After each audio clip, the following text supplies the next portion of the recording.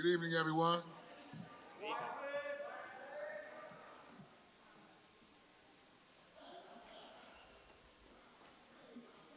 Come on, Sharon. We doing business, so,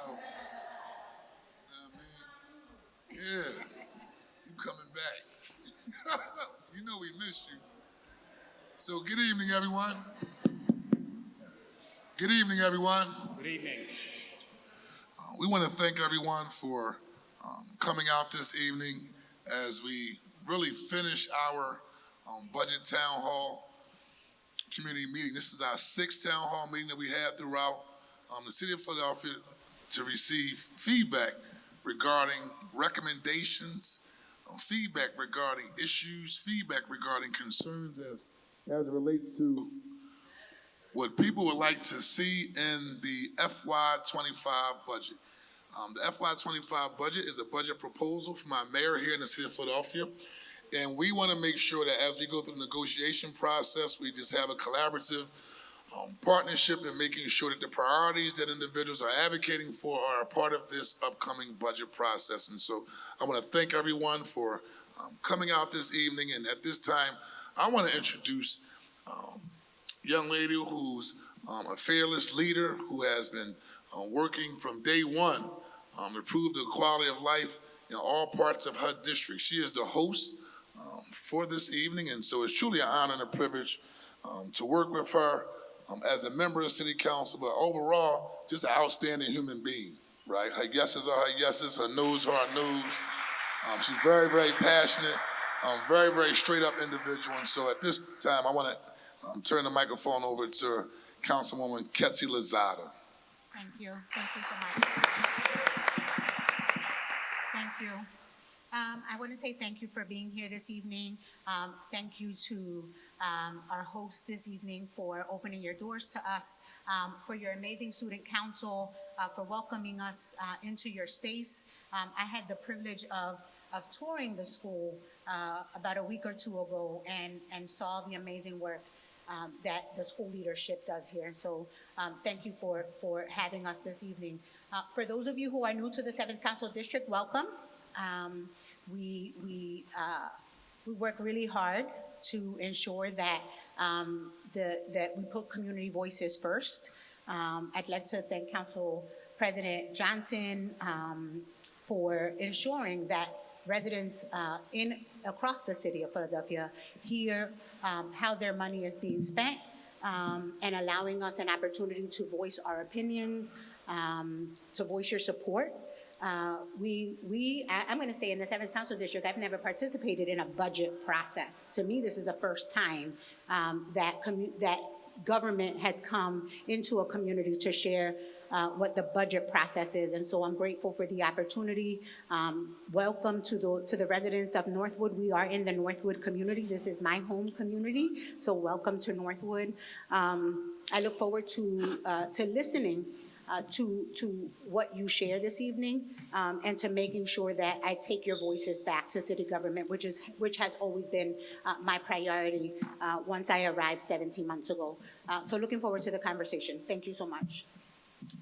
Thank you, Ketsi.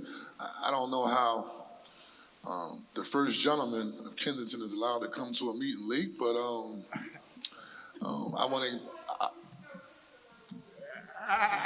Okay, I understand. I want to take a moment to acknowledge we are joined by our colleague, Councilmember Jim Harity. Can we give him a round of applause as well? And we are also joined by our colleague, Councilmember Anthony Phillips. Let's give him a round of applause as well. And just before I turn the microphone over to our Deputy CFO to explain the actual budget process and what's in the budget, right? People may or may not know that during these last 2 months, right, while we went through the budget process, or a month and a half, we were starting off at 10 o'clock in the morning, pretty much some nights leaving at 5, some nights leaving at 6:45, closer to 7, and doing a combination of two things, having budget hearings in city council, and then most of the nights going out into the community in the evening. And so I want to thank all the staff for just, not having excuses why they couldn't be coming out, why they couldn't come out with us every evening. So we're approaching to say thank you as we wrap this up. But at the end of the day, this is critically important that we actually bring government out to the people as we work in partnership with the administration and craft a budget that I like to say as fiscally sound and equitable for all residents here in the city of Philadelphia. And with that being said, I want to turn the microphone over to Deputy Chief Finance Officer Stefan Johnson, who will give us a brief overview of the budget, and then we'll get down to your recommendations and what you would like to see, as well as issues and concerns. And also, I would be remiss if I didn't also, without joking, acknowledge the Honorable Sharon Vaughn, former member of City Council. And it's always a pleasure to see you, and thank you still for, this is not your first meeting that you showed up at. You were at the last one at the John F. Street Community Center, so thank you, Sharon, for just staying on the case and advocating for the people. Stefan? Thank you very much, Council President. Good evening, everyone. As Council President mentioned, my name is Stefan Johnson. I'm the Deputy CFO for the City Council of Philadelphia. It's a pleasure to be here in the 7th Councilmanic District. Thank you very much. And I'll just take a few moments to briefly go over what's in the budget and what the current allocations look like. Next slide, please. So a city budget represents the yearly financial strategy for the City of Philadelphia, detailing the costs associated with its programs and services. The allocation of the city's financial resources plays a significant role in influencing the living standards of its businesses, residents, and visitors. Now, the Philadelphia Home Rule Charter, which is like our city's constitution, requires that the city produce a balanced budget. So our revenues must cover our expenses. Next slide. Now, the city divides its budget into two main types, operating and capital. Now, the operating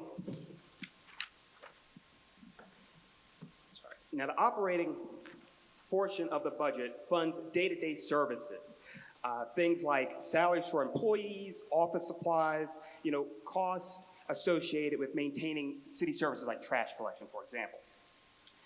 And then the capital budget funds long-term sort of major infrastructure projects, things that include construction, major renovations, and things along those lines. Next slide, please. So here's some highlights from the budget. Now, it's not final yet, as the Council President mentioned, and that's why we're all here to get your input on it. The plan proposes a significant investment of $2 billion over the next 5 years, including $850 million in operating investments and about $1.4 billion in capital investments, with a focus on enhancing public safety, clean and green services, economic opportunity, housing, education, and core support.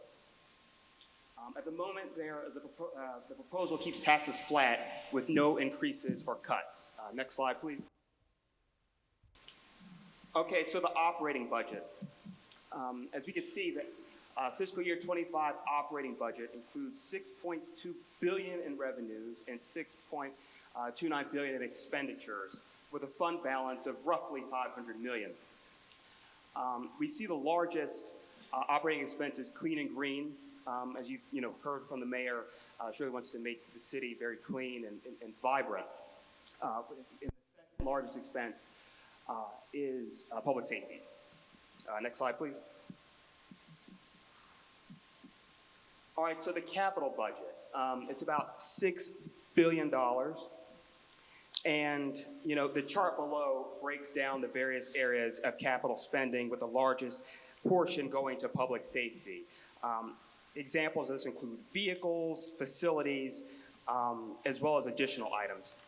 And I do want to add that I mentioned earlier the largest operating expense is clean and green initiatives, and that goes to things like street cleaning and really beautifying the various neighborhoods throughout the city of Philadelphia. Next slide, please. And so these are the largest investments over the next 5 years. Public safety, $600 million, street paving, parks and rec, a little over $150 million. PHL taking care of business, going to clean and beautify different business corridors, Additional school district support, a SEPTA contribution of around $117 million, and then triage and wellness facilities at $100 million. Next slide, please. And here's some various highlights from the different categories that I mentioned earlier. So first, I'll start with the clean and green investments. So $18 million investment to roll out a new citywide residential cleaning program, which will have dedicated cleaning crews for the various councilmanic districts. And then in terms of public safety investments, there are various things from drones to funding the Citizens Police Oversight Commission of about $3 million. And then, funding for cell phones and new advanced sorts of software. Next slide, please. Okay, and then an example of housing investments. So, a big proposal in the budget is the 30,000 units of housing, making sure that individuals have access to home ownership as well as housing preservation. And then $1 million an improvement project associated with, homeless shelters. And then on the educational front, as I mentioned earlier, $119 million towards education to support or in support of the rollout of full day and year-round schooling. Next slide, please. And then just rounding things out, those economic opportunity investments, 11 positions to expand corridor cleaning, which I discussed earlier in the presentation, really beautifying different commercial areas. And then core investments, funding things like fleet services, recruitment support, and then things like $10 million for safety and space logistics at various city central local government buildings. Next slide, please. And then finally, we have a survey that we would love for you to take. As the council president mentioned earlier, we're here to get your input on the budget. This is really about you. And a good way for us to see that what you support is to get your input. And so we have a QR code here. One is in English and one is in Spanish. And so if you just scan it, it'll take you to a survey that goes right to the city's website. So with that, thank you very much, and we're happy to hear your comments. Thank you very much, Stefan. Can we give Stefan a round of applause? Young man been working very, very hard day in and day out through this budget process. He was also the executive director of with the Pope when the Pope came in Philadelphia. That's like one of the most honorable things he's done as a young man. And so, good job. Thank you, Mr. President. I appreciate that. See, he's being modest. So something he wasn't going to tell you, as I interned for him 11 years ago. I was like one of the kids helping today. I was very small, so you never know. I mean, you could intern for your councilman, and then later on, you go work to full-time. Oxford or something like that. I did go to Oxford, yeah. Villanova too. Oxford and Villanova. Columbia. Columbia University. Catholic. And Roman Catholic. Okay. Thank you. Like to uplift our young people while we have young people here today. So first we're going to ask for remarks from Matt Menschner. Did I say that correctly? Matt Menschner, please come on up, Chief Academic Officer at the Philadelphia Charter School for Arts and Sciences, for remarks. Thank you. Yeah, Matt. Well, thank you very much for that introduction. Good evening, City Council and community members, and thank you, Council President, for that introduction. My name is Matt Menschner, as he said, and I am the Chief Academic Officer here at the Philadelphia Charter School for Arts and Sciences, a string theory charter school. So I was asked to just say a few words about arts and sciences, to just brag about us a little bit, which is easy to do because our school is a wonderful place. And I do also want to send our regards from our wonderful CEO as well, Mrs. Judy Taggart. She is regretfully not here tonight, but she is visiting her daughter who's traveling abroad, teaching abroad in Spain, so taking some much needed rest and relaxation. But special thank you as well to Councilmember Lozada. It's great to see you again. Thanks so much, everyone, for being here tonight. We're really, really appreciative of the support that you've shown arts and sciences. And so thank you so much for choosing us to be a part of this really important forum. So thank you. Arts and Sciences is an exceptional school, and we are pleased to welcome you tonight. We have a remarkable history here at A&S. We opened in 2012 as part of the School District of Philadelphia's Renaissance Schools Initiative. This initiative aimed to turn over some of the highest needs public schools to charters with unique missions and visions.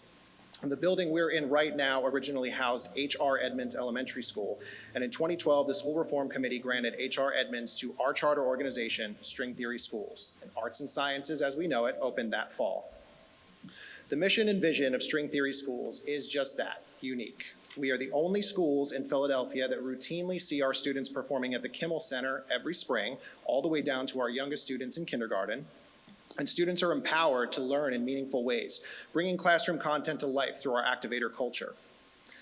Speaking to our students and families evidences our magic. Our students know exactly what they need to be successful, and we simply provide them the means with which to access and realize their potential. If you walk through our building during the school day, you'll experience our mission in action. The arts and the heart and soul of our school. Students are afforded myriad opportunities to follow their interests and express their innate creativity in our arts immersive curriculum and majors program. We offer diverse arts classes, including visual art, vocal and instrumental music, ballet, innovations in science or STEM, creative writing, and French language. All of our students are equipped with iPads in our one-to-one technology model. Each device is personalized for our students with their own unique credentials, and it helps them to build good digital citizenship to be ready to learn in the 21st century with our 21st century ready curriculum. In September, we celebrated our building's 100th anniversary, our centennial celebration. We're proud to be a part of this building's legacy of H.R. Edmonds Elementary. And we did hold a festival to celebrate this milestone with Edmonds alumni, Arts and Sciences family staff, neighbors, and other community members. Earlier this year, we also had a visit from the Charter Schools office as part of our charter renewal process, and I'm pleased to share that we received a perfect score on our renewal site visit. Thank you, thank you. Our longevity and recent accolades are a wonderful recognition of the hard work that our school community puts in every single day, and it's been my pleasure to share some of that with you today. So once again, thank you for joining us tonight, and I'd love to turn it back over to Council President and the council members now. Thank you. Thank you very much. And at this time, I'm going to officially turn the meeting over to your councilwoman, Councilman Ketsi Lozada. Thank you so much. For those of you who came in late and didn't have an opportunity to sign up but do want to ask questions or be a part of the conversation, please let us know. You can sign up here, or we can share this sheet and you can get on the list. We would like to call up Sharon Vaughn, the Honorable Sharon Vaughn. Good evening, everyone. Good evening. Can you hear me? I can hear you. All right. We never have a problem hearing I you. was not My ready name for a is question Sharon from you. Vaughn. I'm telling you now, and I'm not scared of none of you. Clearly. And I'm going to take all the time I need. I'm going to apologize now for bullying you, because I understand that's how it's done. I've lived in the 7th Councilman District for 29 years and work daily to keep it a decent place to live. I want this body not to give any funds to the prisons until they use the resources they already have. Fix the doors. Stop the escapes. Prevent pop-outs. Anybody need to ask me what a pop-out is? A pop-out is when an inmate can pop out of his cell and run the prison without anyone supervising them, because they're assumed to be in their cells for the night. I don't want to hear of another prisoner escaping a facility in Philadelphia. I spent a little time in City Hall. That was my bone I carried during my tenure to make these facilities safe, not just for the staff, but also the inmates. We often hear of inmates being killed in their cells in these facilities. That needs to stop. The schools in the 7th Councilman District need immediate repair. We need resources for the children to learn in a healthy, clean environment. It makes absolutely no sense we still don't have air conditioners in some of our schools. All of them are not as nice as this facility, I want to tell you. I'm sick of the excuses. I'm sick of the old, musty, asbestos-filled buildings. Now I need you all to make that happen. You're a new body of legislators, and the excuses don't work anymore. I want you all to put on the school district board the members you want, not the ones that slipped through the loophole and got in. Stop laughing at me, President. Don't laugh at me, President. I'm being professional. Make all our schools equal in what they offer. Feltonville School just got windows, and I told y'all I lived in the district for 29 years. After 29 years, that school got some windows. I'm grateful for it, but it's not enough. None of our schools had pools. Don't let me start about books and good IT equipment. Cassie, Jimmy, Kensington is a war zone. You all need to be fighting, bullying, doing whatever you need to do to fix that situation. No one should have to live in those conditions. Lastly, Councilwoman Lozada, I want that public health center on Friends Ground. And I wanted to happen, whether it's with capital budget or whatever we need to do to make it happen. We've been to enough darn meetings with you and the community. Give us some word that we're gonna have that clinic built there. You know it's needed. The city knows it's needed. Free health care is important for us to live and survive, not me per se, but those that can't afford it. Listen, we put you in these jobs. And believe you me, I know it's the best thing since sliced bread. But remember to take care of our city and make sure that we get the services we deserve. Stop worrying about your next election and who you might offend, or you don't want to take on certain subjects because you know that person is going to be upset. Do the ugly things that need to be done to make our city safe, clean, and a good place to work and educate our children.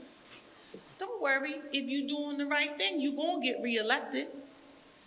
Stop neglecting our libraries. They are outdated and needs lots of resources. They need to be handicap accessible, and the children and adults, because there's a lot of illiterate people running around our city that needs these resources. I'm sick and tired of the police stations saying that they can't move cars that the neighbors park in front of their homes because they have stickers. Half of us know them stickers are illegal, but they leave them cars there. They're eyesore, the tires are flat, the windows are broke, the cats are living in them, the kids are living in them. Heck, sometimes the homeless people, I ain't paying that bill no mind. Move them all, now. Parking is a precious commodity in Philadelphia. Police need to be seen more in our communities. Not just when something happens. It should not take 30 minutes or more for a 911 call to come through. I'm almost finished. We like you said. Listen, which one of you are going to address the issues with the sheriff department? I'll wait. Okay. Let's discuss the Office of Housing. I was hoping that Kathy Gilmore Richardson would be here, and I wanted to tell her, don't back down to what's happening. We all know that they've been stealing over there, and something needs to be done about that money. $15 million? Please, where is it? More than that. Lastly, stop giving passes to people that have inherited these new jobs. If you take the job and the paycheck, you take the responsibility that comes with it.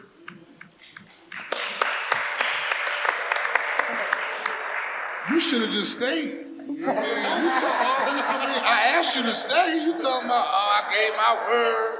You could have just I stayed. collected my pension from the city of Philadelphia and a paycheck. Goodbye attention, hello pension. Hello, pension. All right, this is the last thing I'm saying. Now, you know we got a hold. I know. Everybody Okay. else can testify. I want to say, But we got the kids waiting. I need you all to go to work every day Y'all remember that song, Who Let the Dogs Out? Put your fists in, put your hands in fists, put your shoulders up and go, whoo, Whoa, whoa. every day. Handle your business because we're tired. Fight for us. Fight for what's right. Thank you, Council President and members of Council. Thank you, sis. Appreciate you, Sharon. We're grateful for you, yes. Reverend Cortez. Council President Johnson, Councilwoman Lozada, Councilman Phillips, O'Rourke, and Harity. Thank you for the opportunity, and also to all our community members for the opportunity to respond to the mayor's budget. I want to focus on 3 areas. We'll try to do it in time. I want to first focus on the issue of housing.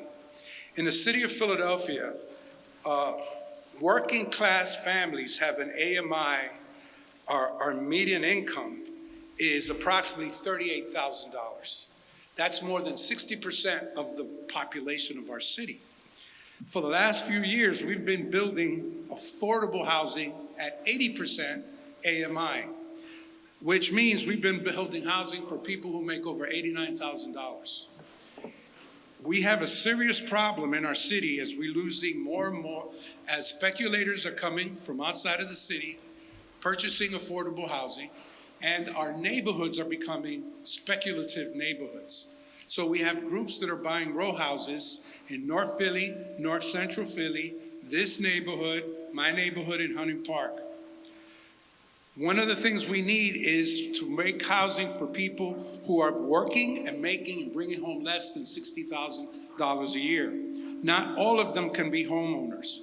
We recommend that Turn the Key should have income guidelines that are lower than the ones that are available today, and that it also be available for housing that is rental.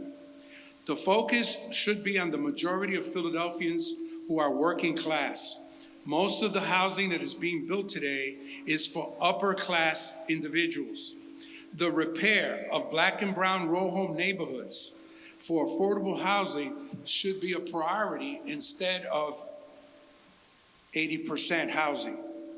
We need to create more and less expensive units, and that can be done by making sure that neighborhoods like Northwood, Hunting Park, Juniata, Feltonville, that these homes are repaired and either rented out, leased out, or sold. We can create more economic opportunity for minority builders doing this type of housing than doing the large projects where most minority developers and builders cannot compete.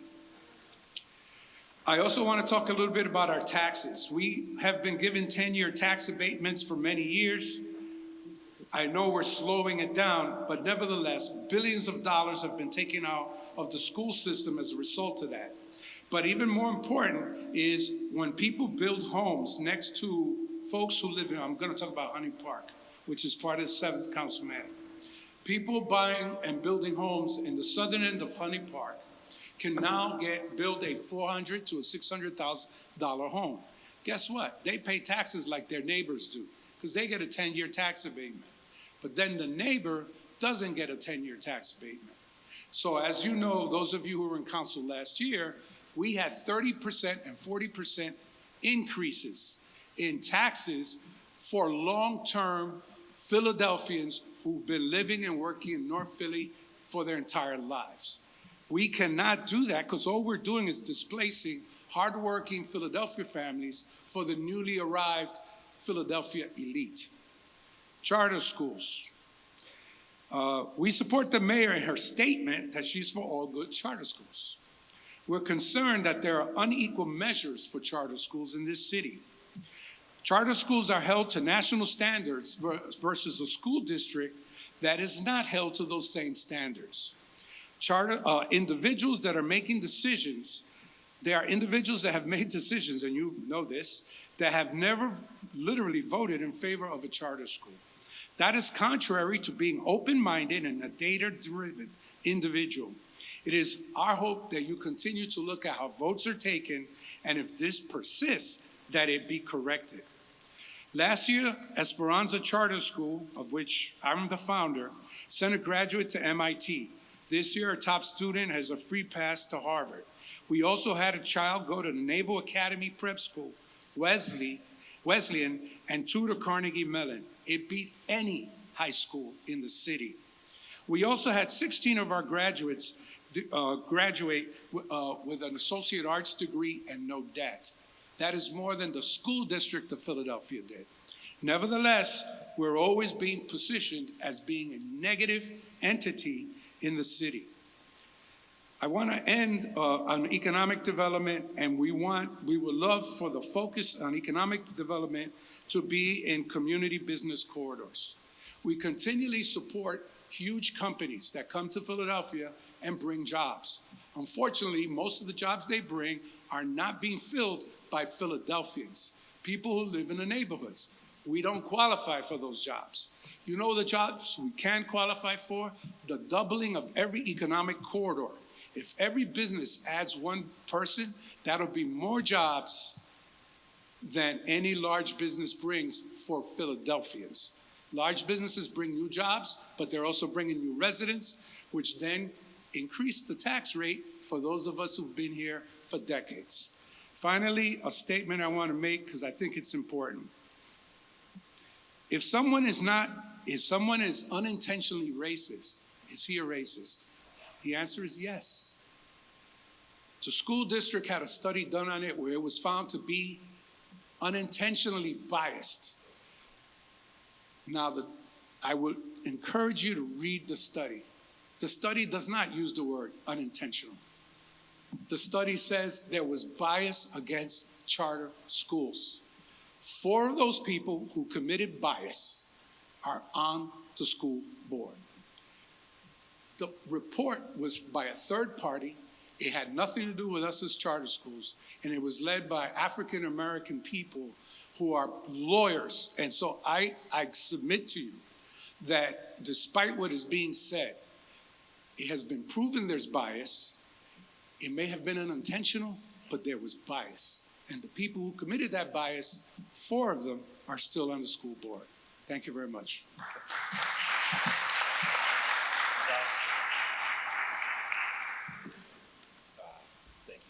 Recognize Council Member Phillips, and we'd also like to recognize and welcome Council Member Nicholas O'Rourke. I want to thank you, Councilwoman Lozada. If the only 2 speakers that I came here to hear tonight, if it just so happened to be former Councilwoman Sharon Vaughn and Reverend Cortez, that was incredible. I just want to say thank you. I just had a question for Reverend Cortez about charter schools. There is this understanding of that charter schools are held to this level of national standards compared to traditional public schools.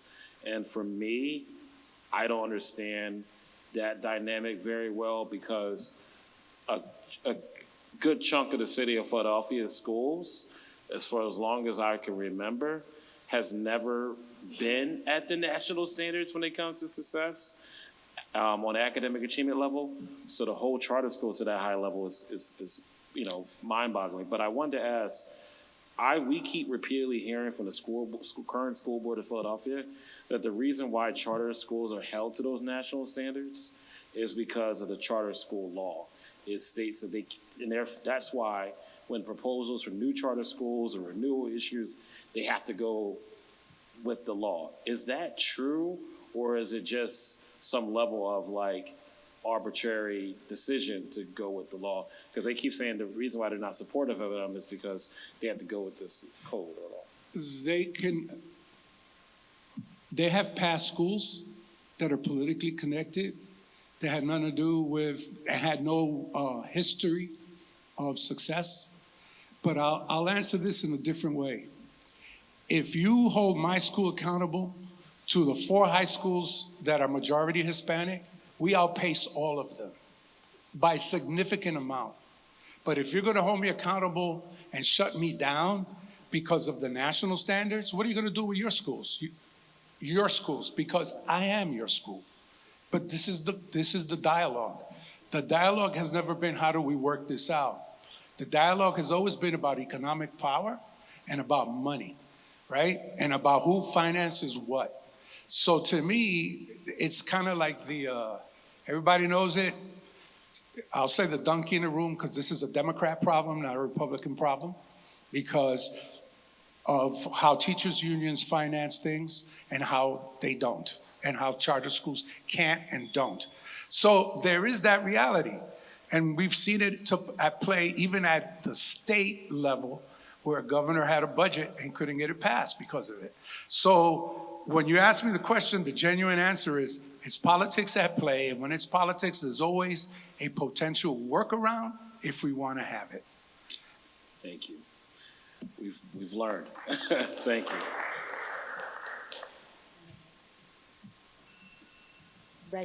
Reggie Sutton. All right. How you doing? I'm from the PSA area, PSA 1. And just want to thank you guys for coming out, first of all, City Council. And contrary to a lot of people believes, crime is down about 80% here in the cities, which is great, fantastic. You know, basically with y'all working along with the PDAC Commission and Captain Newsom here, and our area commission, which is great, which is fantastic. I do have some concerns. We had a couple of meetings. One was at Pratt and Penn, and we had another one that was located in Bridgeburg. And when I found out when we had meetings there is that the cameras is not working. They have cameras that's over the basketball area, and I think a few years ago we had shootings that was in that area. We're going to have the kids that's going to start going to camp pretty soon. So I think it's very important that we get those cameras up, and they've been down for a while. So, I really don't understand why they've been down and, how come they haven't been repaired.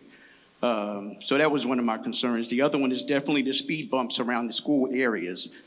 We definitely need that too. So, I wanted to just keep it short and to, just focus on things that's going to be a public service for our kids, because it's very important, So I just wanted to do that, and I'm going to keep it short. Not going to make it long. I'm out. Thank you. Thank you so much. I just want to mention that when I arrived 17 months ago, part of the conversation that I heard while on the campaign trail were speed bumps, were traffic calming measures. And so upon my arrival, we prioritize speed bumps around schools, recreation centers, churches, senior centers. We also recognize that there are many people in our community on residential blocks that are requesting speed bumps as well. And we will get to it. We will get to all of those requests. We can't promise that we will put speed cushions on every block, right? And we won't be able to fulfill all of the requests that we have naturally because of cost and other things. But we have prioritized certain locations, and we'll definitely look at this area and figure out where you are on the list. But we are addressing speed cushions around schools and recreation centers and public spaces. As it relates to the light, my staff is here and they will take, Carlin is in the back. If you see Carlin in the back, she will be able to take the information so that we can follow up on that. Thank you. And Councilwoman, if I could just quickly, want to quickly respond that Councilwoman Lozada is right. This particular legislative body has been heavily focused on speed calming measures such as speed bumps. One of the first pieces of legislation that I was able to introduce that was widely supported by all city council was to end the study that was required for speed bumps to be placed around schools. Naturally, it's a safety issue, so we were like, let's get rid of the bureaucracy. Thankfully, that was successful. As a result, the rest of the city council started to add, your councilwoman added rec centers, and then Councilwoman Bass added senior centers, and now it's also around libraries as well. So we have about 60 schools or so now that have speed bumps around their schools. Eventually, very soon, every charter, parochial school, private school, and public school will have a speed bump automatically. They're working with the schools first, from what I've been told, and then they're going to eventually get to the rec centers, and then the libraries, and then the senior centers, and then in between get to the residential ones. But I co-sign everything that Councilwoman Lozada just said. Thank you. Before I recognize Councilmember Harity, there's currently $17 million worth of speed cushion requests in the pipeline. So we are trying to get to all of those requests. It's going to take us some time, but we're getting there. What about the cameras? Well, I wasn't going to talk about the cameras, but we're working on getting cameras, especially in the rec centers. That was something we started when I first got here in the special election last year, when Sharon was still with us. You know, for us, it's all about the kids. We have kids. I have grandkids in this neighborhood. I live in Kensington, and we see it every day. But I can assure you that this council, we are looking at the sense of lawlessness that was going around with people driving their vehicles. We've done a bunch of legislation, the tag flippers, so that we can catch them because they had these devices that would flip their tag so the cops couldn't see who the car was, and they were beating the tolls and all kinds of other stuff. And when they commit a crime, they'd flip it around. Nobody knows, and they go off. When they get so far, they flip it back. We also did the legislation for drifting, to make that illegal so that the cops would be able to go out and actually arrest them, because sometimes when new things start, new trends, there's not a law for it. So we have to actually go back to the drawing board and then make that law. So we are looking at that stuff, and we're looking, and that's why we're here, to get what your concerns are so that we can take it back and see how we as legislators can rectify these situations. So thank you for your questions. I appreciate the answer. And also, I just wanted to say, we have cameras that's working on Roosevelt Boulevard catching speeders.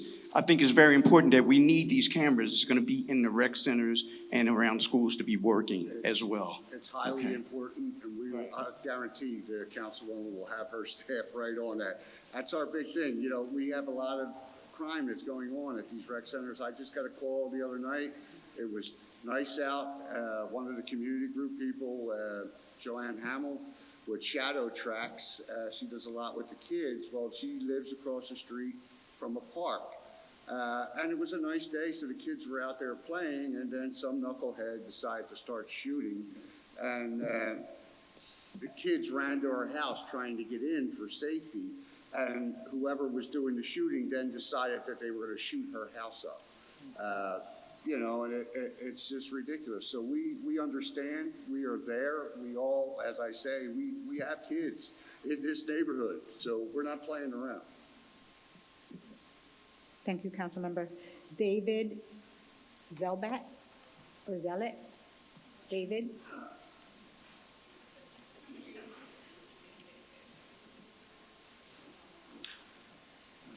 First thing I'd like to say is about time I saw city council actually working, and I think you should all be applauded for that. Thank you. I noticed in your budget, and one of the things that's been bugging me for a while has been the inability of the city to collect taxes. Sheriff sales, we're not going to start until July. Supposedly $170 million outstanding. The revenue department sits on properties at least 5 years before they start acting on anything. Then it gets turned over to the law department, and then goes to a court, so forth and so on. And I find that to be something disheartening when we talk about a budget where we're saying we want to spend $6.2 billion, but we have $1.7 million in, so hypothetically, in sheriff sales not being collected, when those properties not being sold. It's just too long for a period of time for this city to exist, and it's destroying neighborhoods, especially in Northwood. I have two houses. One was torn down, lack of taxes. Guy wouldn't pay. It sat there for 15 years without paying taxes.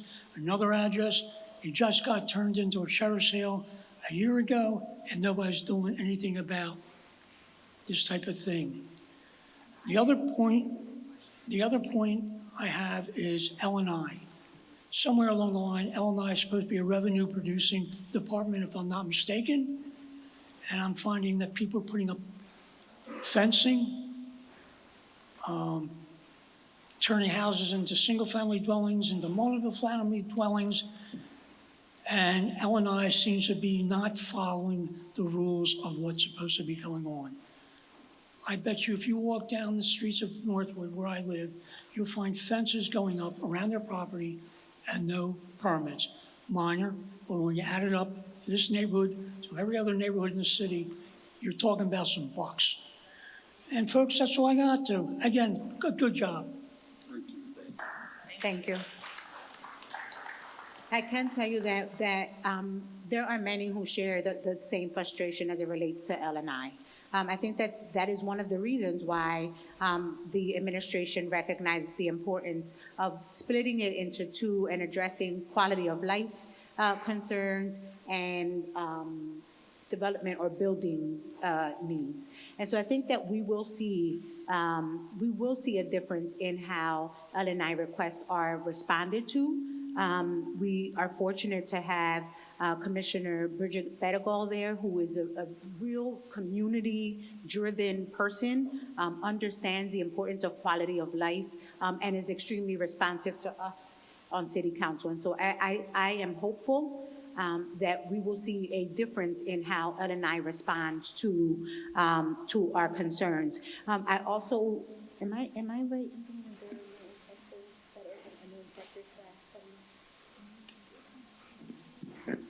We will follow up, but I believe that I heard someone in the administration say that there were new inspector class that was in the works in order to recruit additional support for L&I. We were having a lot of problems with that. The problem is to train an L&I inspector, it takes almost 2 years with the cost of about $100,000. Problem is we train them, they stay with us for a few months, and then they go take a job in the county making double what the city is paying.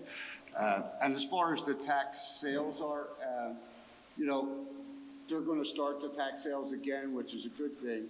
But just so you know, when a property is sold at sheriff's sale for taxes, they actually really still can't do anything with it for a year because the person that owned it prior has a year to come up with the money to pay off those taxes.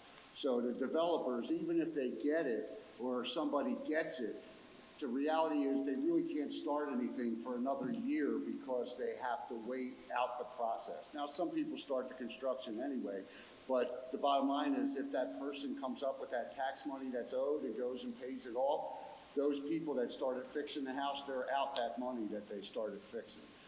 The other reason I know that is because in a past life I worked for the sheriff's department, and that was one of my duties over there. But yes, it's kind of a catch-22. We are going to start them soon, and that'll bring some relief. But the fact of the matter is they still do have a year to come back and take the house back. Nadine Booker.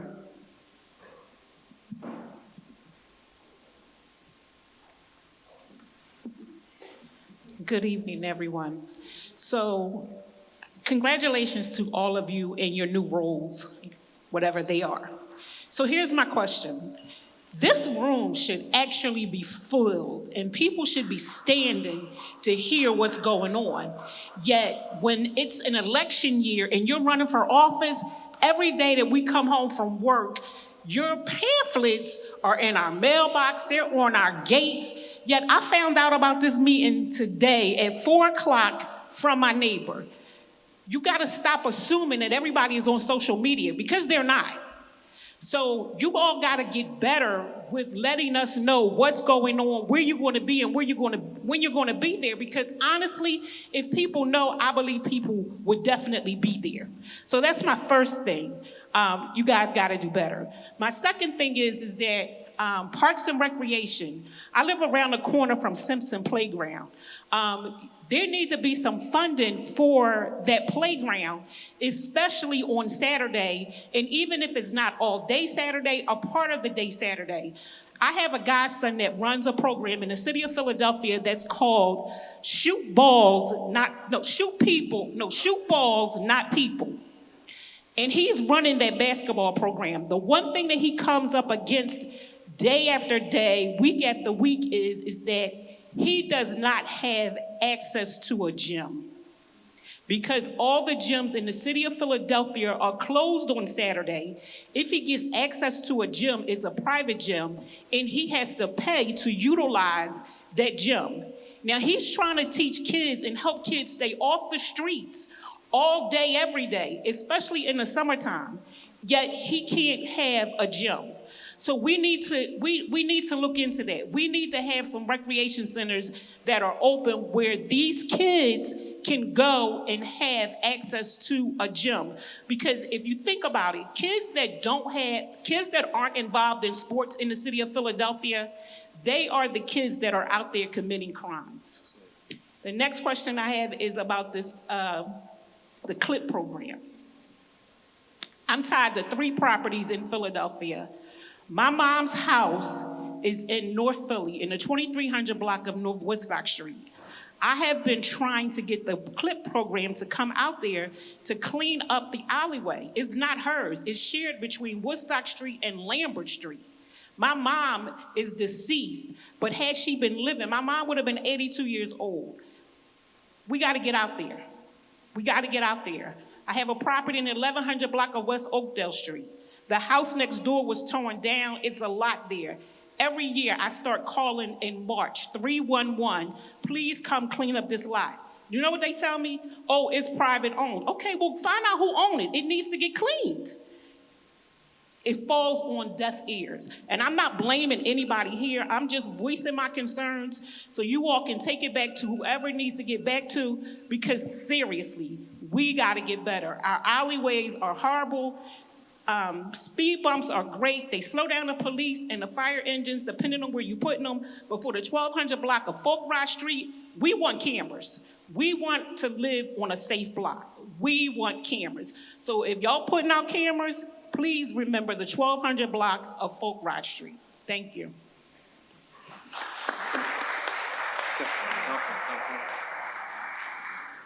Ms. Booker, so in terms of shoot balls, not people, so I have talked to the young man at another community meeting. He also works with Dr. Dorothy Johnson, the Mothers in Charge, and so just need to do some follow-up to see the type of support that we can provide him. Also, there's always a lack of space, so we are looking at that. But on the flip side, though, because I do want to show some things that we are doing, but we are rebuilding certain recreation centers from the ground up. And so we are going in that direction, but yeah, we can do much more. In our partnership with this administration, hopefully we'll be able to take things to the next level. Thank you. Yeah. You're welcome. And also, I just want to add that, just also to this council's credit, we are looking into new ways to, I guess, enhance communication. One of the things I've been thinking about is just so you all know, there is historically been a very limited budget across the city when it comes to mailers. And for all the events that we have, can you imagine how much that would cost to mail to the entire city of Philadelphia? But I think there's the reason why, what our team is going to be doing, and what I'm also encouraging other city council members to do, is that when we walk neighborhoods, we're doing our best to add them onto an email listserv if you have email, but also encouraging people to follow folks on social media for constant updates, because normally we spend our mailing budget on like 1 or 2 signature events. So I just want to say thank you. It's something that we need to think through a little bit more deeply, but we'll get better at it.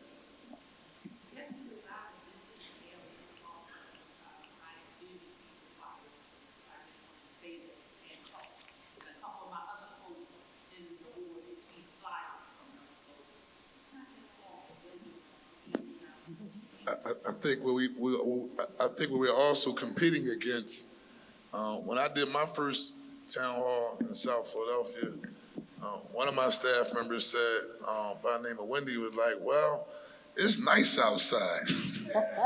It's very, very nice outside today, and a budget is not like a sexy issue, what most folks probably want to hear about, which they should, and they probably figure, well, it's nice, enjoy this day, versus listen to somebody talk about dollars and cents. Oh, I'm going to enjoy the weather, but we will continue working aggressively to get the word out. It is nice out. And we also did put money in CLIP for alleyways. They are starting the program. It's slow. They're also asking neighbors to help.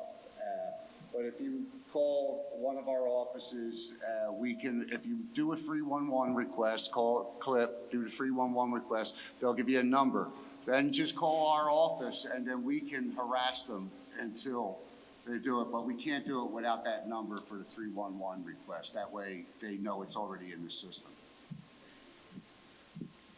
And I'm going to mess this up, so I'm going to apologize ahead of time. Miss Ann Kolikowski.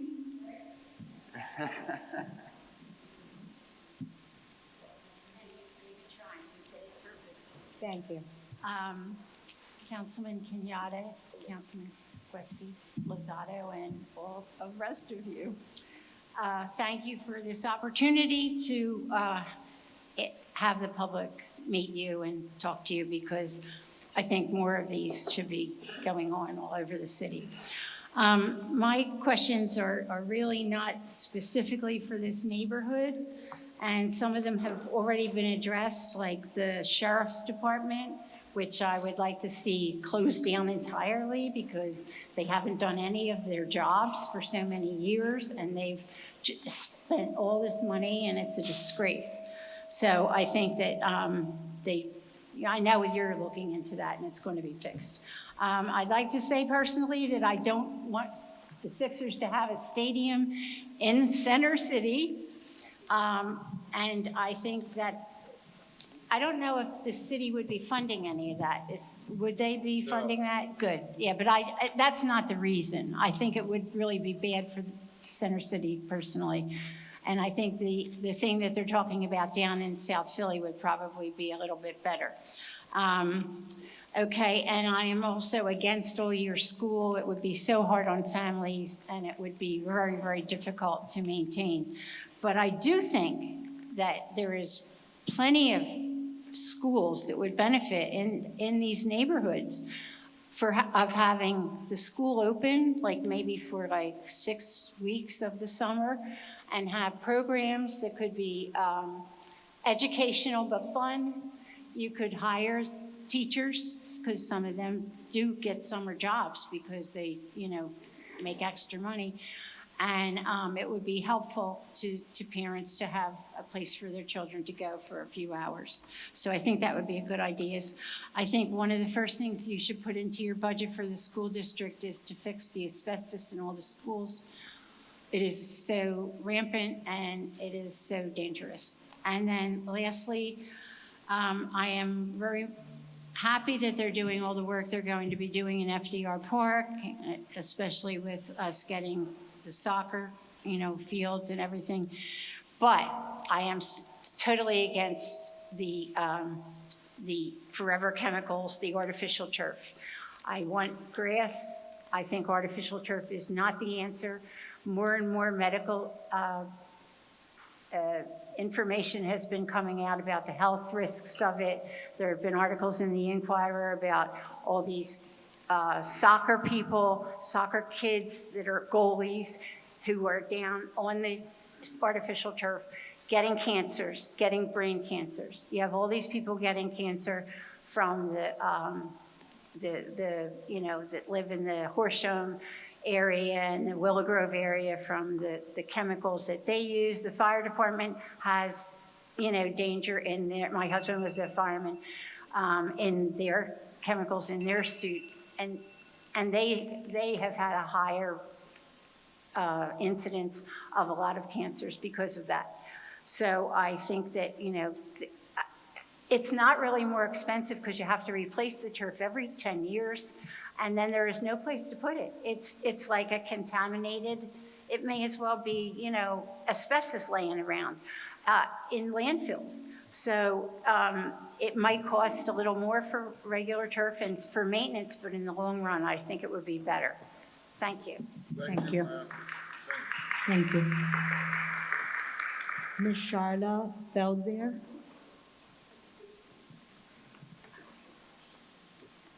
Hi, everyone. Hello. I have something in common with you. I'm a cheerleader for our city. I've had a PR business for 40 years, and music and kids are my passion. I'll start out with, I grew up in Winfield. I graduated from Overbrook. I'm on the Overbrook Hall of Fame. I'm on the PAL board for 25 years. So when you talk about Parks and Recreation, it's Susan Slauson. She's a dear friend. I was a kindergarten teacher right around the corner here at the Lawton School. I fell accidentally into the field of public relations because I volunteered at Please Touch Museum, and I became their first PR director. So there's a thread here. I love starting things and helping. I represent string theory schools, and that's why I'm here. But I'm talking to you about the musicians who were members of the Philly Pops. I worked with the Philly Pops off and on for 10 years.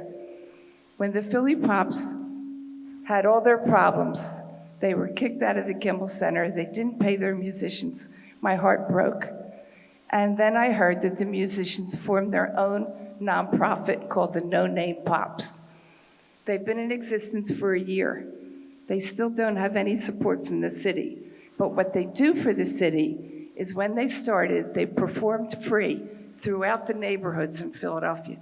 They wanted to show how dedicated they are to our city and to keeping this music alive. And we've been doing a few concerts, but it's always, we have no government money yet. We're too new. They're a year old now. We have some support from city council as far as friends. Mark Skrilla came to our concert. We were really excited. But were you there? I was at every single one of the protests and press conferences against their employers. Thank you. I stood with them when they announced that they were going to be the No Name Pops. I love them. Local 77. Yes. And now we're working with Peter Nero's family, and it looks like we're going to get the name back of the Philly Pops. It's not yet, but it's very soon. We need government support. We would love to be part of your budget. I'm not sure we have one employee. We have a lot of passionate volunteers, including Jim Gardner from Action News. And help. Can you get us a proposal to review? What? A proposal. Proposal to review? Yeah. Okay. And I've also met with somebody from the new Philly Pops, and I asked them for the same thing. I forget the president, I forget his name. Well, it's Matt Coville, is the executive director. Yeah, he needs to send that over to us. So we need to send a proposal. Yes. Yes. Okay. Yeah, so Thank you. Listen, they got a lot of friends on this council. Can they do a concert? We've done concerts. I'm sure they can. Theory schools. We did a great one. Thank you. Thank you. Thank you. Casey O'Donnell. Casey O'Donnell.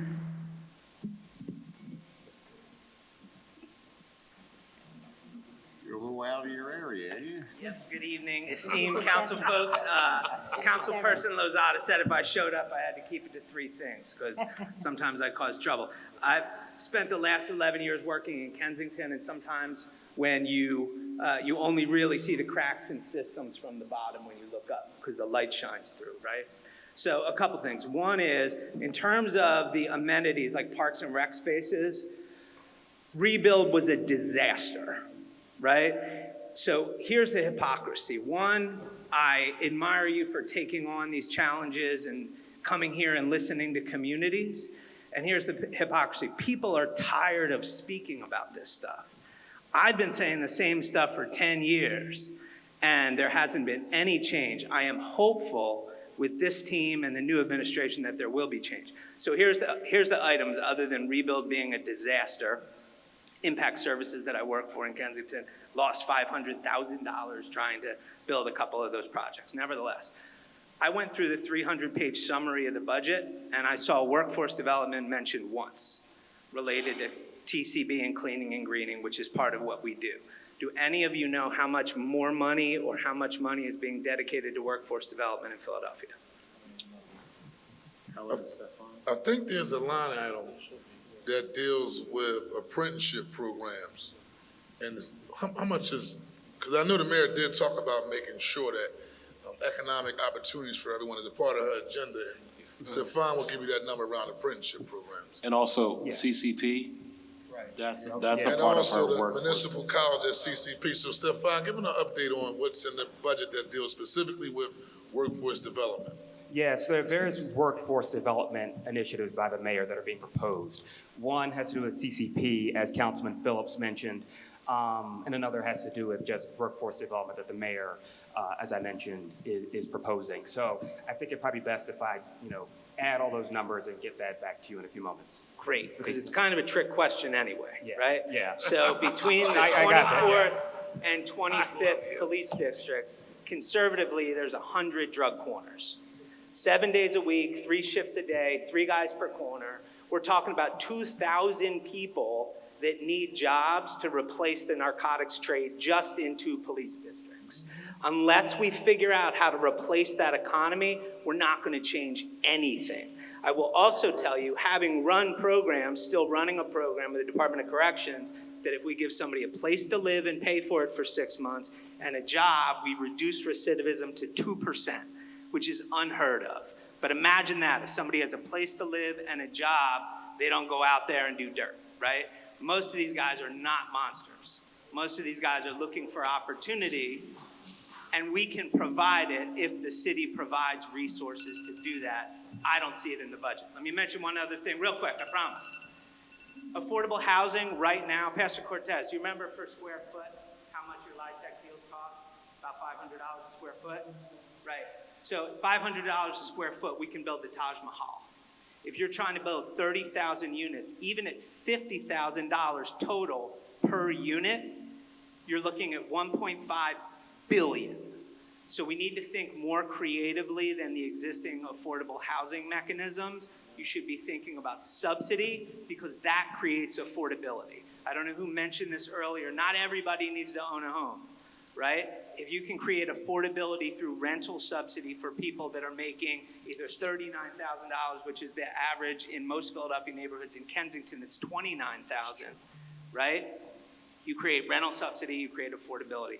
If you couple housing and workforce, you are going to decrease the crime rates in Philadelphia and gun crime in Philadelphia. So focus your money on that. Thank you. Yeah, thank you. Thank you. Thank you. Councilwoman. Thank you. I want to add one more thing in regards to jobs. Obviously, the mayor has created the Department of Clean and Green Initiatives. As we discussed earlier, she has the residential, district cleaning crew specifically. So there are various dollar amounts in the budget. For example, $18 million over the 5-year plan for various staffing positions. So yeah, there's various staffing being funded throughout the budget. So. And I just want to add one aspect from the housing component. And I've always been an advocate for affordable workforce housing.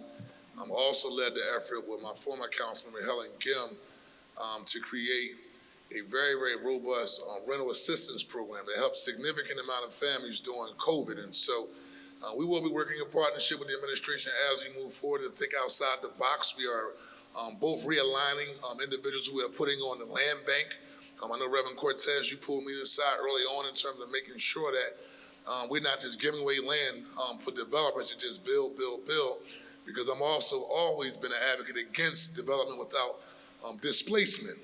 And so as we move forward, we will be taking that into consideration. And then also, today we know there's the Kensington Caucus. I remember seeing when we came to Kensington with the public safety hearing that we had. And I remember you also talking about taking a comprehensive approach. And so today, under the leadership of Councilman Kent Lozada, so there is a new special committee on Kensington to make sure that we're taking a comprehensive approach and getting everybody around the table. So we're talking about jobs, we're talking about housing, we're talking about not only public safety, but also putting public health, right, to help the whole person as it relates to. So I don't think anybody is under the perception that that addressing the issue with Kensington is going to be easy. But we're not going to rest our way out of this situation. So it has to be comprehensive. But at the same time, also taking into consideration that we don't want kids walking to and from schools being hostage inside their own environment. I got friends from South Philly that are in the midst of hanging out in the streets in Kensington addicted to drugs. And I know these individuals are pure human beings who have a disease, right? They just need some level of help.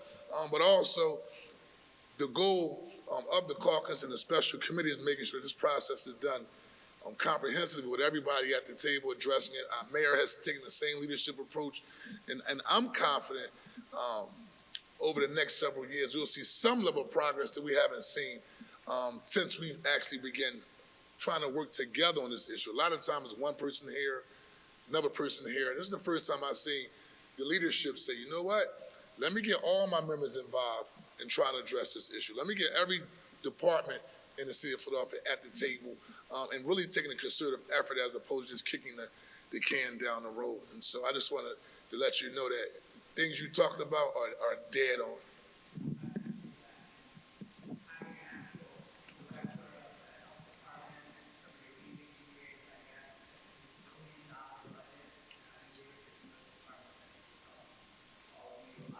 I would think that, and it's up to the leadership that's here, that you would probably at least be a part of a roundtable to at least provide a level of input, because the goal of the special committee today under the leadership of Councilor Lozada is to make sure the neighborhoods and most important the stakeholders have a seat at the table to talk about what needs to be done.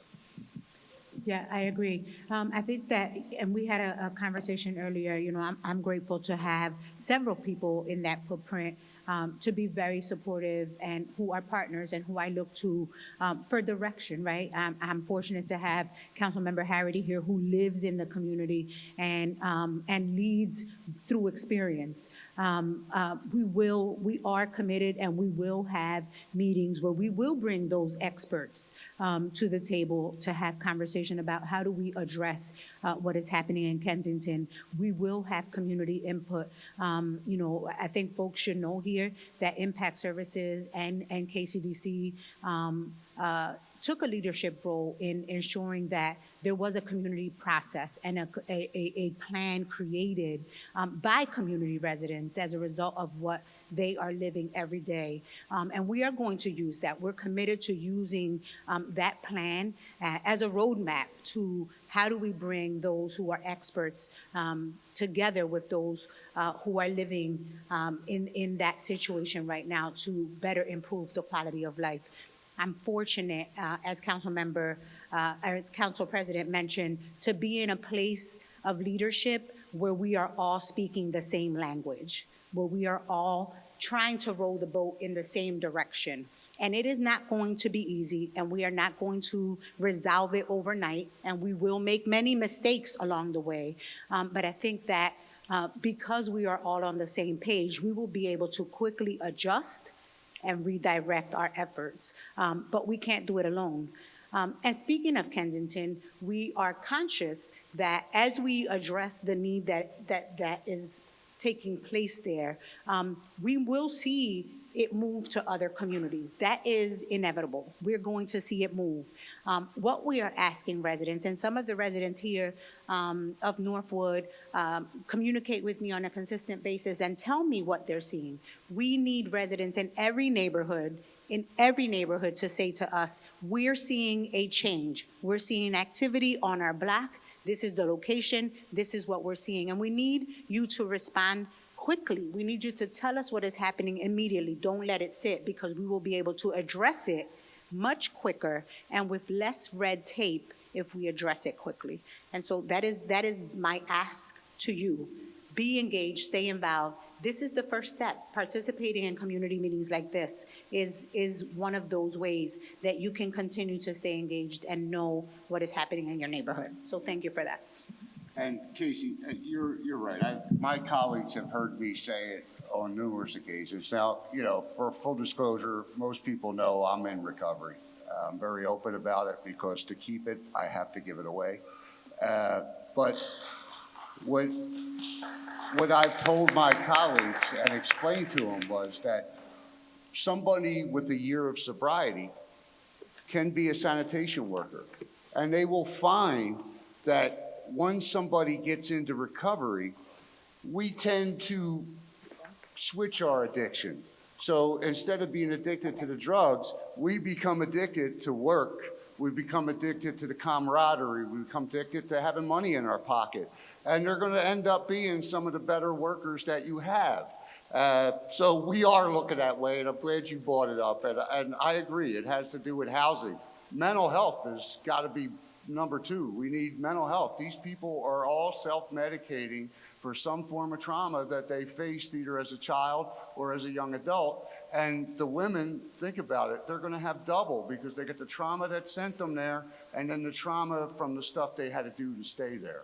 So we're looking at that. And, you know, we got a good caucus, a good group of people, you know, Ketzi leading the charge, and we also just brought in Nina Ahmad, who's a doctor, who was very good at explaining to us that if we make this a public health crisis, we would also be entitled to more federal and state money to deal with these issues.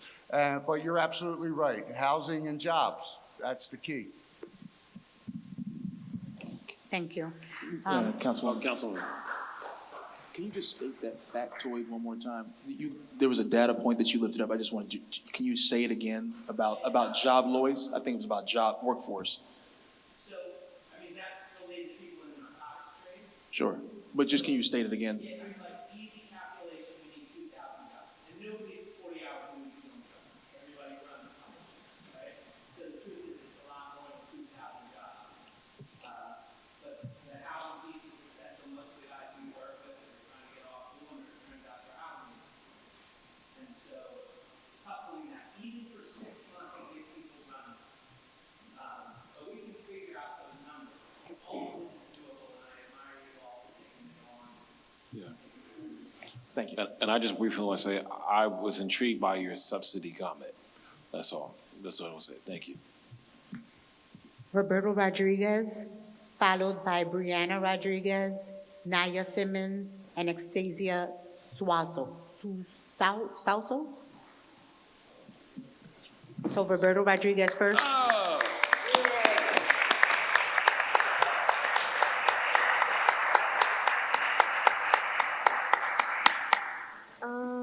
Hi. First, before I start anything, I would like to thank City Council for being here and choosing our school. I would like to thank my student council advisor, the lady who started it all, Miss Richardson. I would also like to thank Mr. Menschner and Miss Erica Mack. Mr. Menschner is Chief of Academics, and Miss Erica Mack is Dean of Culture. Yeah. My name is Naya Simmons, and I am Vice President of Student Government. I'm here to talk about the teacher shortage that we have at school. I believe teachers quit and don't come to school because of the pay, and I feel that teachers are a big puzzle piece in a student's education, and I feel that teachers should be paid more because the pay that they get now, they can barely live comfortably alone, let alone have a family, and most teachers have to find second jobs and more work to even live. I also believe that students are being really affected by this because substitute teachers at our school and any school in Philadelphia really don't do much, and students need teachers that work from 7:45 to dismissal at 3:30, and substitute teachers are not doing that. That's all. Thank you. Thank you.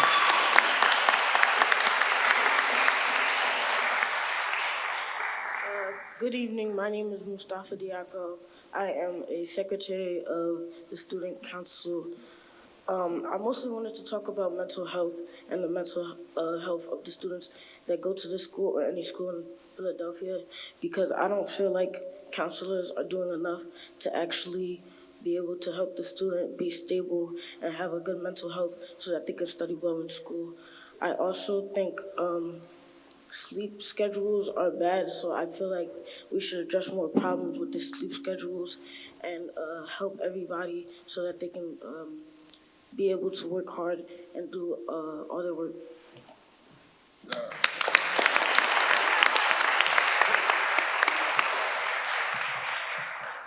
Good evening, everyone. I'm Stacy Suazo Fernandez. I am the treasurer of student government, and I'm here to talk. I'm here to talk about the school lunches and how they need to be better. Because some kids, they come to school without having food at home, and they come to eat at school, and the school lunches, they just aren't that good for them to fill them up. And I think they should just be better at what they serve us, the cafeteria. And student government, we do fundraisers here at ANES. So far we have done a bake sale for students in K through 8th, I think it was. And we're planning on doing a carnival event for the city, for the whole neighborhood to come. And yeah, we're doing fundraisers for that carnival for everybody. Yeah.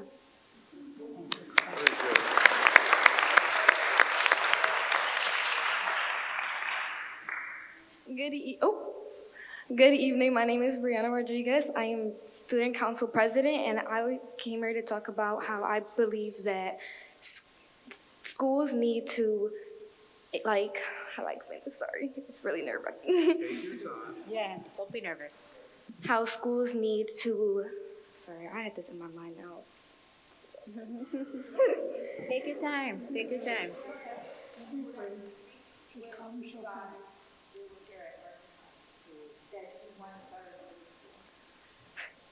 I believe that students need more individual one-on-one support for their academics because some students, they don't get enough help, or especially in higher grades, they don't, as you get older, the work starts to get harder and it puts more stress on the student. So I believe that schools, not just ANS, just schools in general, need to pay attention to how the student develop just in general, because if y'all want students to succeed, we need to have better education, and I think that's a big part for teachers as well. But Vice President said that's why we need to increase the pay, because students aren't getting the education that they deserve and that they pay for to come to school.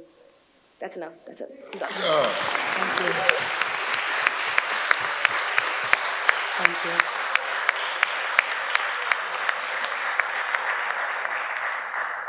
Thank you. I think, before Mr. Rodriguez starts, I want to say thank you to the student government, to the students who are here this evening.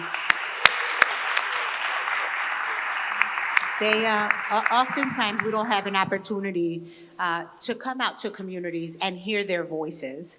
I mentioned to them earlier that what we're doing today in city government is ultimately going to impact them in the next 10 years. And so it's really important to have their voices heard and to have them be a part of this process. So thank you to their teachers, right, for preparing them and for encouraging them to be here.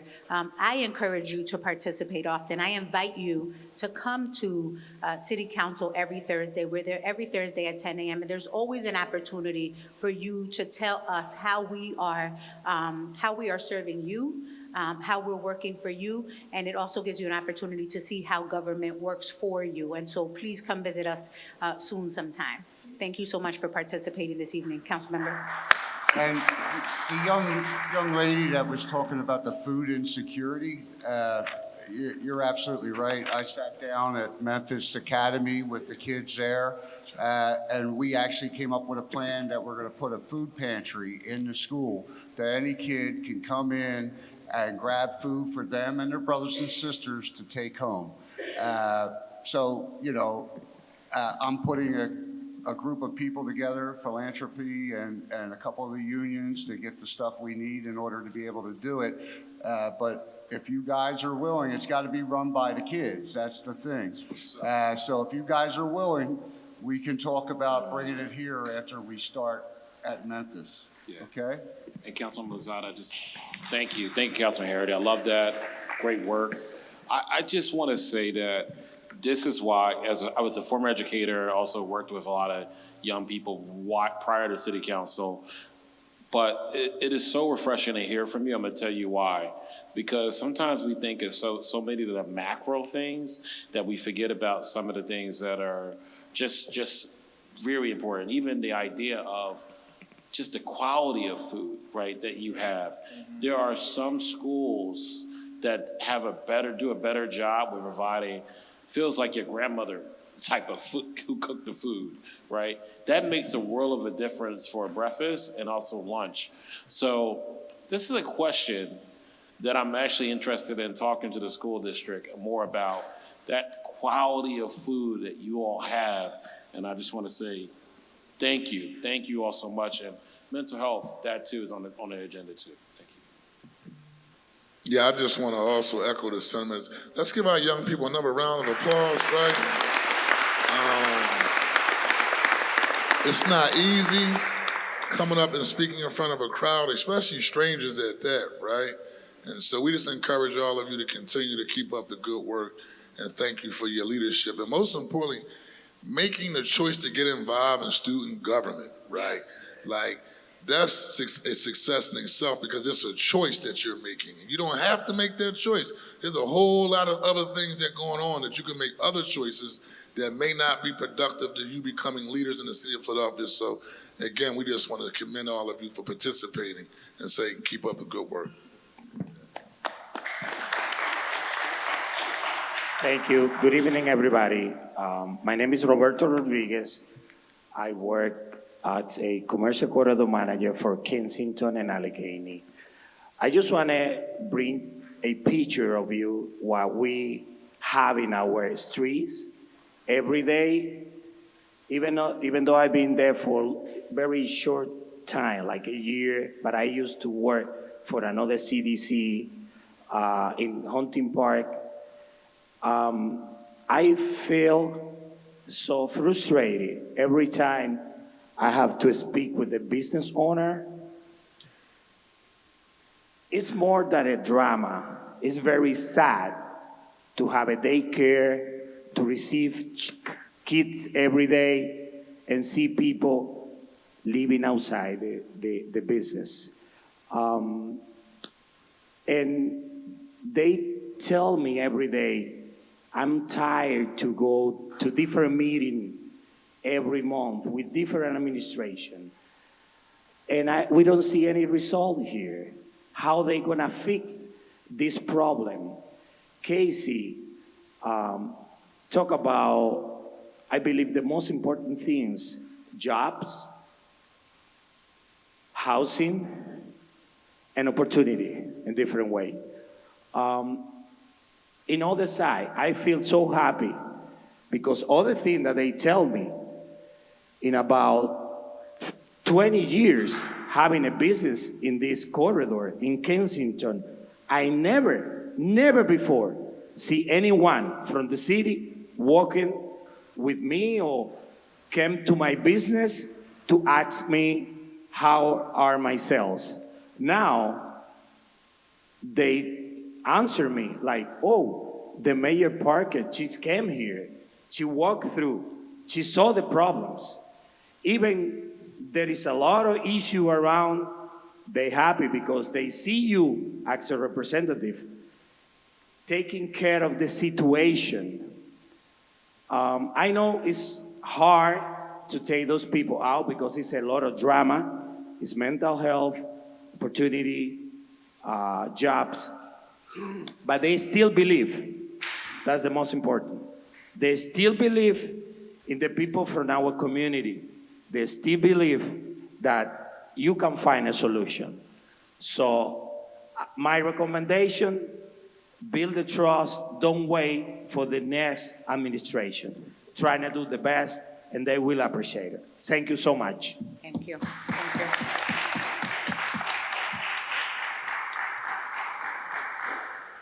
Our last three speakers, Buddha Thomas, Ryan Harris, and Vincent Fiorglamo.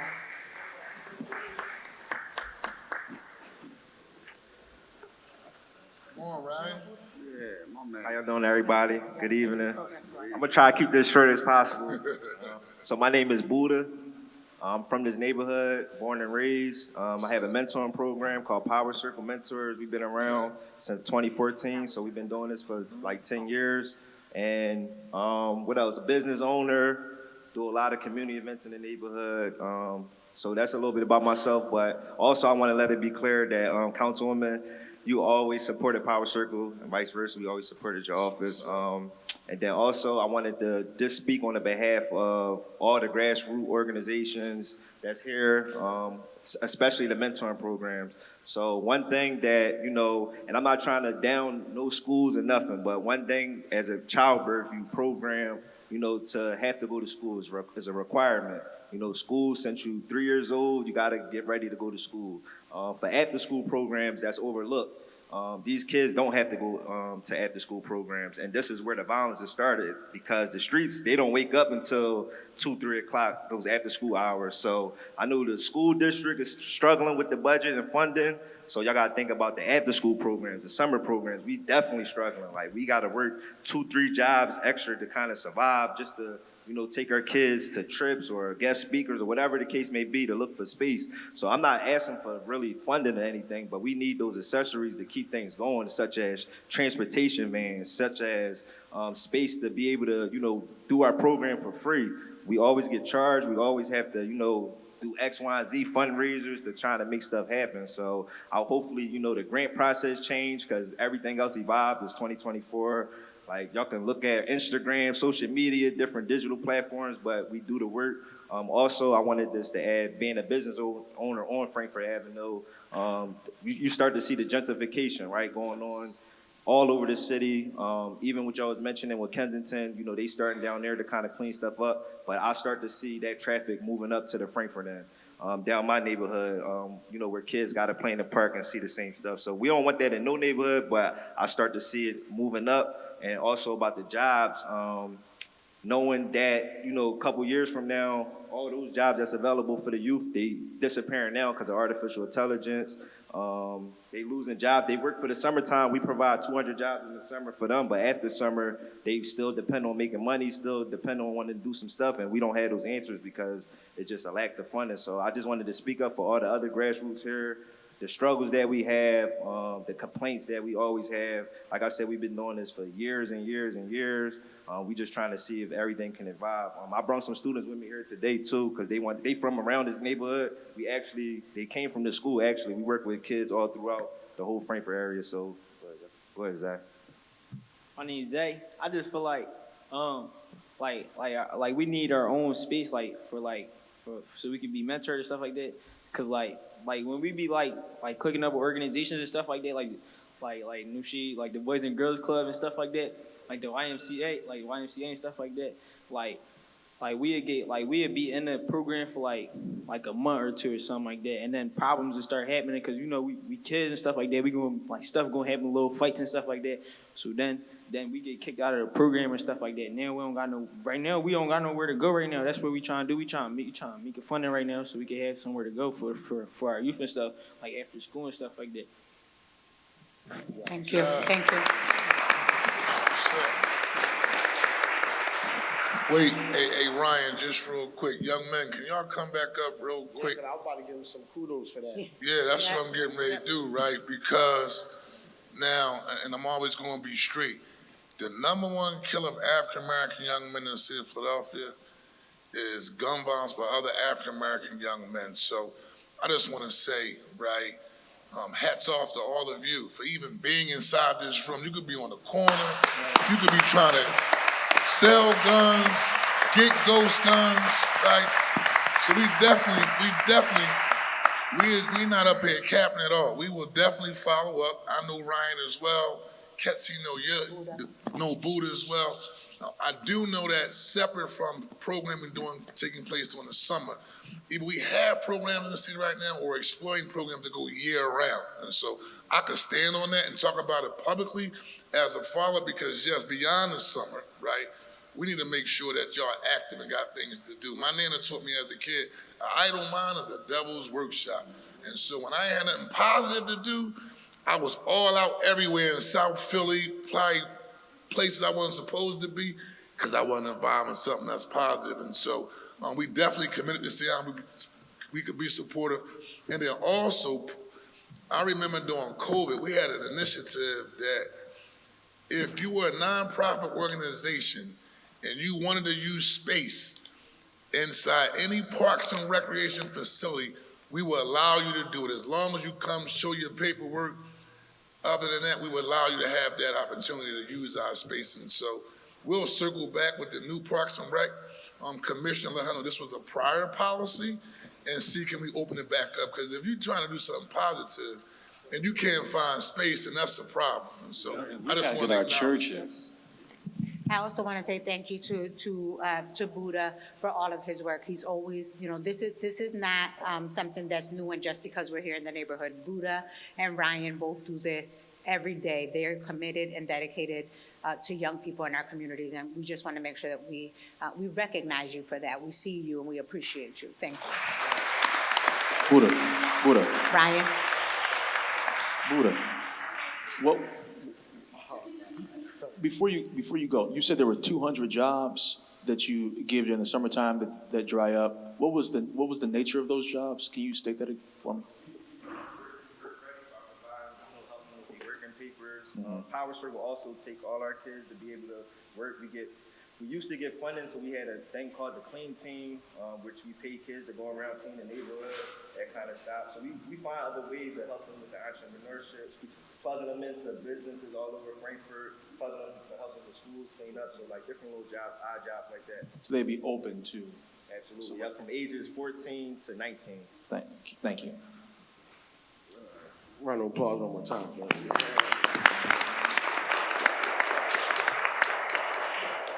All right, I ain't gonna take up a lot of time. My name is Ryan Harris. I'm the founder and CEO of As I Put the Seed nonprofit organization. And to be honest, a lot of people that already came up here touched on a lot of the issues. I could talk about parking all day, literally, in Hunting Park for sure, and I'm sure in the surrounding areas, parking is ridiculous. Gun violence, we already touched on that. Drugs, no lights on the basketball courts in Hunting Park, that's a big deal. A lot of the kids be looking for something to do when it get dark. Around that 8 o'clock time, they still want to play basketball, no lights. It's been like that for probably 15, 20 years, if I'm not mistaken. So that's something that's really big that the community talk about. Lack of opportunities. Hunting Park is being gentrified for sure. My mom been living there. I'm 37, so my mom been living there before I was born. And my mom don't make a lot of money, but she been able to maintain keeping up our house because she own it. And the fact that things are changing in that area rapidly, it's harder to maintain. And she not getting younger either. So that's another thing. And then I want to talk about my organization that we run. We run 13 programs at Hunting Park. We got community buy-in. We have community partners. We collaborate. We do pretty much everything we're supposed to do at this point where we at to sustain. We feed kids every day. Right now what's going on, I think it's about 30 kids in the treehouse. We turned a 3-bedroom house into a community center. Yes. Yeah. Yes. So we turned a 3-bedroom house into a community center, and we adequately and efficiently run 13 free programs out of there. So we able to do that with just community buy-in, community crowd fundraising, and a little bit of private funding, but how much more we'll be able to do if we really sit down and talk about writing us into the budgets. A lot of people that don't see, we see them. And we cater to those people every day, and we want to make sure that we could do more and be able to make that bridge and that connection to the grassroots organizations with city council and work with the city so we can really tackle this problem together, because I feel like we've been working in silos for a long time. We stopped doing that. As far as like nonprofit grassroots organization, we work together. We got Royal Sisters right here. They do great work. Buddha with Power Circle, Pastor Carl over there, CCC in Kensington. I'm NOMO, all of the organizations, we working together. So we're not working in silos as much as we used to. And we just need the opportunity to really sit down and make some type of comprehensive plan where we can funnel money to the grassroots organizations that's really helping the kids that's always being forgot about. And those are the kids right there. So I got one of my mentees with me. He started in a program with me when he was 13 or 14 years old. Now he came back, he's a mentor, he's teaching, he had a creative director for the Treehouse, and you know, we have we're going on 9 graduating classes of mentees that we trained up. They're coming back, they're starting their own businesses, they are able to facilitate programming, coming back and being mentors. They a part of, what's your position? No, for the city, committee person. So we got young people that is engaged in civic engagement. We just need more help, that's all. And I don't want to take up too much time, but I appreciate y'all. And I want to really, really give y'all a big shout out because y'all did an amazing job. The kids are the future, and that's what we work for. So I love y'all. I appreciate y'all. Keep doing y'all thing. Hi, my name is Paige, and I am the founder of Royal Sisters Project. We actually are not too far from here at 1601 Orthodox Street. I definitely want to thank you because we definitely got funding from your office. I think my biggest issue right now is I do work 3 jobs. I am in school full time, and all of the money that I'm getting from my second and third job is going into my nonprofit. We host workshops every 4 to 6 weeks on Mondays. We take them on trips every weekend, college tours. We help them all throughout the year. And our biggest issue right now is definitely finding funding. And just to piggyback off what Buddha said, because we do share kids, we're in a space for a little bit of time, and then they want money. When the funding isn't coming in, we cannot stay there, and then we're kind of figuring out where we're going to go. And so, yeah, that's basically our issue is the funding. I'm just going to keep it simple. Yeah, I'll be real quick. I know last year we have a program through the Office of Violence Prevention called Community Expansion Grants and targeted activity grants, but it's basically for nonprofit, boots on the ground organization that's dealing with the issue of gun violence. And so if yourself, Ryan, and Buddha already knows Ketsi, maybe y'all follow up with her and her team, and I'll be supportive and actually apply for some of those grants. We can't guarantee, but as we go through the process, you do your paperwork and I guess your T's cross, your I's out, at least we can advocate on your behalf, because last year we had 24 million and we had 16 left over, right? And so my thing is I want to push beyond the 24, but it's also a hard argument for me to ask for more than 24 when last year we only spent 16, right? But I'm saying if we only spent 16, maybe we got to do a better job, because it's surely a lot of organizations need the funding, right? So what are we not doing to make sure that organizations that are actually doing the work are actually getting the funding? Because sometimes organizations that do get funding aren't in the neighborhood working with the kids that need the most help. And so we're going to examine their whole process, but I encourage y'all, let's do a follow-up and see if we can get you in that pipeline, that process regarding whatever the grant process is, like ASAP right now. Thank you so much. We'll be in touch. Thank you. I want to just mention 2 things. One, I know that there are some parents here, there's some families here who have young people who haven't taken advantage of signing up for doing something productive this summer. PYN is currently taking applications. My office has been helping families get the necessary documentation for young people to be able to get their working papers. I know that sometimes that's a little bit challenging. Mom put your birth certificate away and she doesn't remember. She put it away so well that she can't remember where it is. We are helping families collect those documents that are necessary for you to be able to get working papers. Beyond summer work, during my time at Esperanza, we also partner with a group called Working for Success. And Working for Success is a program for young people that begins in the month of September and goes through January. And so please take advantage of the summer programs that will get you some productive things to do from June or from July through August, and then pick up take advantage of Working for Success that will get you right through January, so that you do have somewhere to go and some place to be around people that are encouraging you to do positive things. And my office is available to be able to provide the necessary support for you all and your children. I'd like to say thank you again for being with us this evening. We are willing to take calls and continued recommendations. Continue to reach out to us with whatever information you think we need to be able to make educated decisions during this budget process. This is my first real budget process, and so it's been a learning experience, but it's been extremely helpful hearing from people across the city of Philadelphia. Sir.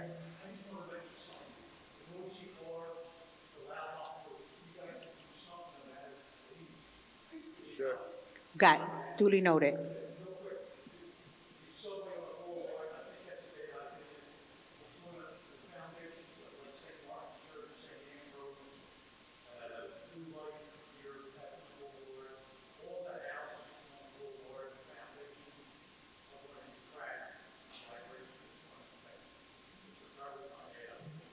Thank you. Thank you for that. Jennifer, this is our last person for this evening.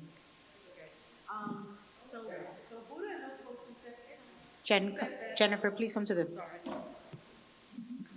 I'm Jennifer Folks, and I live 4 blocks and have for 30 years, right? I know I'm opening a can of worms when I say this, and I'll be careful about saying it and to whom I'm saying it to, but I will help you write your grant, okay? So just, Buddha, you know where I am. Just call your mama and tell mama to call me, right? Ryan, you know where to find me at Imhotep, right? I'll do it for free. Even though I get paid to do it, I'll pay to do it for free, okay? Look at God. Hallelujah. Yeah, just one more thing with the grants. I'm going to call Sharon out since she was calling us out. Sharon is with Senator Street's office, and me and Senator Street were at the treehouse for the grand opening, helped carrying the boxes in. You should definitely be hitting the state too, because they got the big bucks. Yeah. And I want to quickly shout out. Yep. I want to quickly shout out committee person Phyllis for being here today. So thank you, Phyllis. Thank you, Phyllis. Thank you. We want to thank everybody for coming out this evening, and give yourselves a round of applause, because we recognize we work for you. It's not the other way around, and so we all pretty much have open door policies. Whatever we can do to continue advocating on your behalf, don't hesitate to reach us, and also I want to let Ketch Lazada take us home. All I want to say is thank you. I pray that you all get home safely this evening. We are here to serve you. Please reach out to my office for whatever your needs are. Thank you so much, and you guys have a great evening.